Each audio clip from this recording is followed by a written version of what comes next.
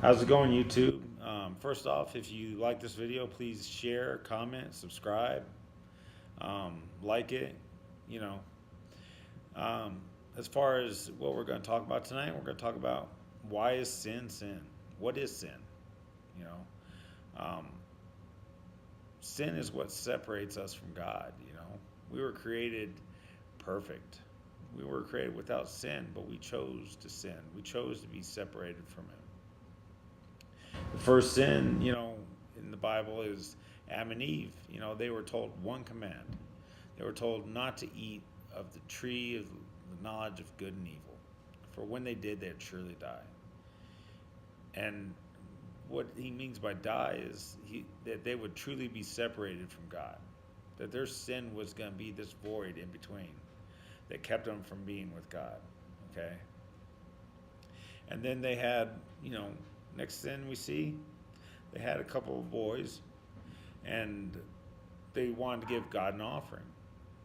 So God had already pretty much laid out, how to give an offering, you know, and Cain decided that, hey, I'm going to do it my way. And when God was more favorable to Abel's offering, Cain grew jealous. Another sin that led into even another sin, which was him eventually killing his brother. Okay, um, little sins always lead to bigger sins. Okay, we could say, well, I just tell little white lies. Well, if you're going to lie to me about something meaningless, would you not lie to me about something important? I would think you would. I would think if I did the same thing to someone else, that's how they would feel. Okay? Um, so, a lot of people might say, well, why would God take and put this tree and give a command and knowing that they were going to make this choice? Why would God do that? And what I think a lot of people don't realize is that, he didn't want some kind of slave or robot or whatever you want to call it. He wanted someone that chose to love him. Okay? Even with you, he wants you to choose to love him. He's not going to make you. He's not going to force you. He's not going to, change your life in a way that, you have no choice but to love him. No, he's going to give you that choice. And we could say, well, why would God do this and that?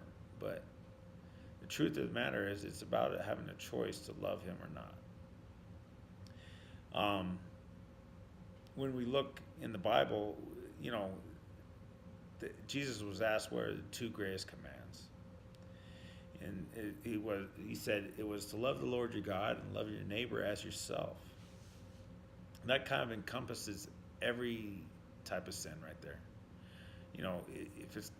If you're going to follow the commandments of God and you follow these two commands, then you'd be right. If we're telling little white lies to our neighbors or our friends, is it not hurtful to them? If we're coveting our neighbor's wife, are we, you know, is there a chance that we would give into it if given a chance? Probably. I think most of us would. Is there, and I'm not saying we would just do it just because. I'm saying if we are coveting that person and we're given a chance to get what we covet, 9 times out of 10, most people will do it. Okay? So that's why it's sin. You know, I see a lot of people say, well, I'm just out having fun. I'm not hurting anybody. I'm just partying or wherever else. Well, I can tell you from personal experience, being drunk or high and hurting people. And a lot of times the people I hurt the most were the people closest to me or myself. You know, I know what it's like to have an accident because you're drunk. And not one that I did, but when you're sitting there next to a friend and he's dying, and another friend that's badly injured because someone made a mistake because they were drunk. Not because they wanted to, but because they lost control of rational thinking, of what they, control over the choice. And that in yourself, you're making the decision then on to be right or wrong. Whether you make that decision later or not, it doesn't matter. I guarantee you this. You do it enough, eventually you're going to hurt somebody. There's no doubt. It will happen. The other thing we want to look at is that, if we're saved, how do we know we're saved? And one way that God says that we know we're saved is in 1 John 3:24. The one who keeps God's commands lives in him, and he in them. And this is how we know that he lives in us. We know by the Spirit he gave us. And what is that Spirit? Okay? The Spirit is his Spirit, Spirit of love. He is love, right?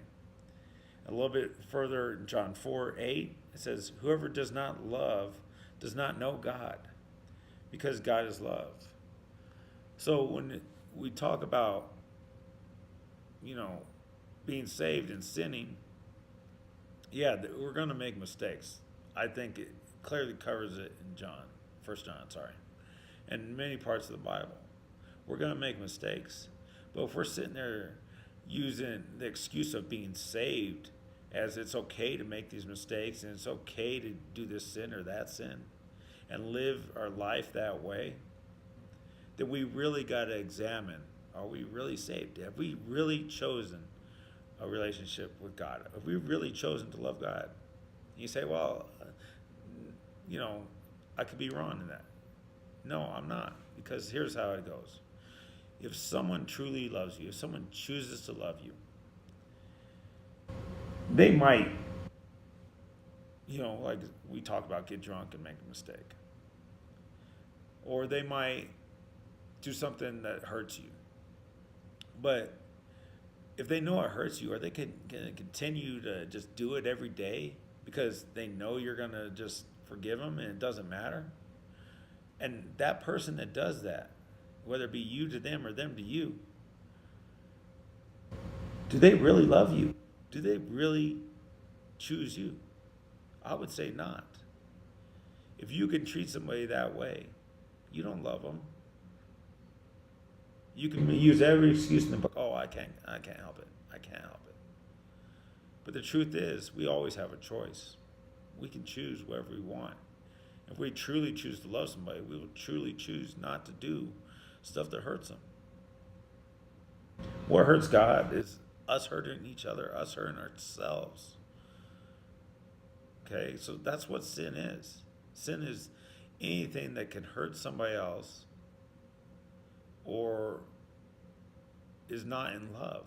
If it's not love, it's a sin, right?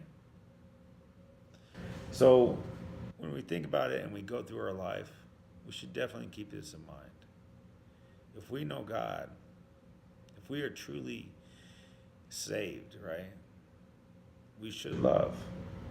Because if we don't, we better examine if we're actually saved. If we're going to go on living a life that hurts God or hurts others, we should really examine if we're saved. Now, like I said, I'm not judging anybody because I got plenty to judge myself and work on with myself.